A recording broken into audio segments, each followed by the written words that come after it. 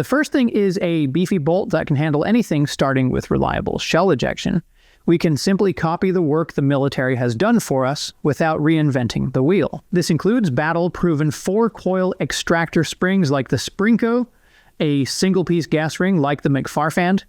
All of them are to make ejection more reliable without parts breaking. We can thank decades of AR15 improvement projects our tax dollar has paid for. The next thing to get it right is to use a bolt as good as the URG-I.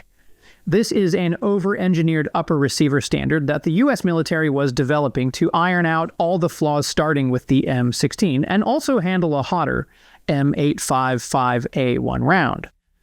Second, your bolt head needs to be as strong as the reliability-enhanced bolt carrier group. That's made with Carpenter 158 plus material that can last 5 times the life of a normal mil-spec bolt. However, these are not a must for anyone building a casual range rifle, but at minimum they need to have a high-pressure test done, and the magnetic particle inspection certification. Because these tests go after the potential crack you'd never spot with the naked eye, and just skip the ones you don't even know what it's made of. The third one is the chrome-lined barrel. It's this thin layer of hard chromium, about 1/1000th of an inch thick, coated inside the bore and the chamber to fight rust and fouling from corrosive ammo. One of the reasons the old M16 had many issues was not having a chrome-lined barrel. After they fixed it, this became the standard so it can handle more round counts when it gets hot than unlined steel. Cold hammer forged barrel. This is the most modern way. Barrels are made to handle pressure and stress from normal ammo. These barrels are made by a forging machine hammering the steel around a rifling mandrel until it forms into shape like this on the screen. The tooling costs a fortune, so a company running it is telling you what else they're willing to spend on. But what if you're one of those guys that like to shoot long range? So, for achieving the highest precision out of your AR, it's worth looking into barrels made with 416 with the letter R designation, because it tells you that the stainless steel that's been refined to machine exceptionally well while still being tough, and it yields tighter shot group and consistency. The M4 feed ramps.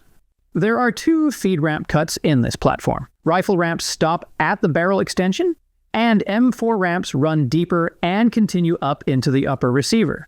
So the 2 cuts have to line up and finish as one continuous surface for the round to go in from the mag.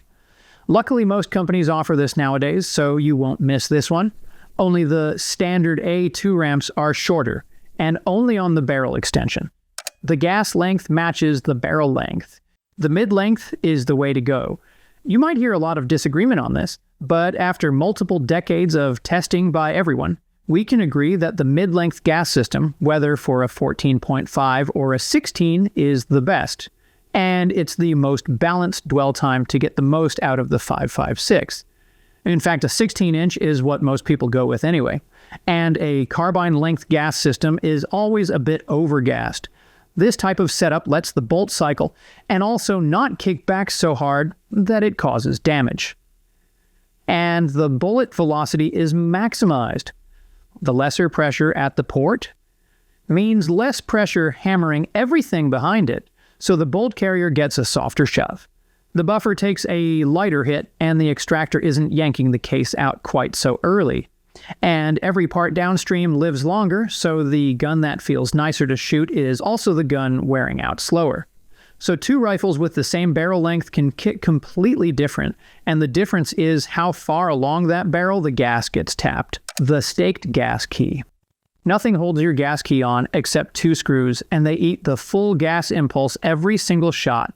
So unless somebody deformed metal over them, they are going to walk themselves loose. So the key gets torqued first, then somebody takes a punch and drives the metal of the key over the edge of each screw head. Good staking looks like somebody deliberately drove metal into the screw, and bad staking looks like the thing will get loose over time. Find a way to get the pinned gas block if it's not already there. Some of the toughest rifles out there have the gas block pinned onto the barrel with a roll pin across so it won't tilt or move. None of this costs more money. If this is not done, find one that has this. If not, it's not a deal breaker because you can just let a gunsmith do it for you. Use a heavier buffer. Something like the H2 or H3 will get the job done, all depending on your current gas system. If it kicks too hard or overgassed, then just try bumping up the buffer weight to counteract it. Luckily, these parts are readily available for civilians in the United States.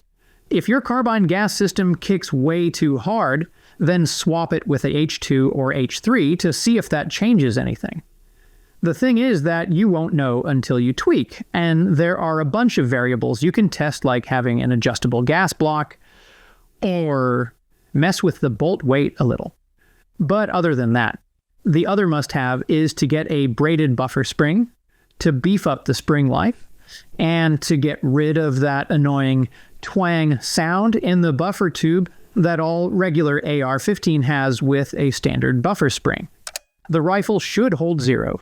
Your zero has nothing to do with the gun, but it has everything to do with the optic and the mount.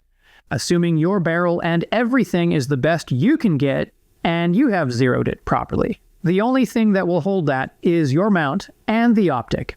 So if the mount shifts, then the optic attached will shift too. So keep that in mind. Look for a tight tolerance mount with recoil lug that goes in between the rail, and look for a latching lever that clamp the mount tight on the rail, so nothing shifts or move even if dropped on a hard surface. The next is a rigid handguard that doesn't slip or tilt. If the handguard ever gets loose, most likely it's rotating around the barrel nut. Look for something that grabs onto the receiver like this one. And we called it the anti-rotation tab, like the ones on the URG-I, or the Geissele Super Duty that locks into the upper receiver. If not, you could lose zero. Let's say you have a laser device mounted on the handguard. When that thing tilts, everything tilts with it. Now let's talk about Ambi Control ergonomics. The left side of your receiver decides whether you can work the gun with your support hand. We are talking about Ambi mag release, Ambi charging handle, the fire selector, and a central light switch you can operate if you switch your grip. You want a safety you can flip with either thumb, a mag release you can hit without rolling the gun over, and a bolt release you can reach from either side. So the reload finishes in one motion instead of two. They are not must-have, but they will significantly improve the handling to go with whatever training you have been perfecting, such as shooting around the left side of cover, switching hand, maybe working it one-armed because the other arm is busy sort of things. Ambi Controls go missing at the top of the price list more often than you'd expect. The good news is this is the one item on the whole list you can fix afterward.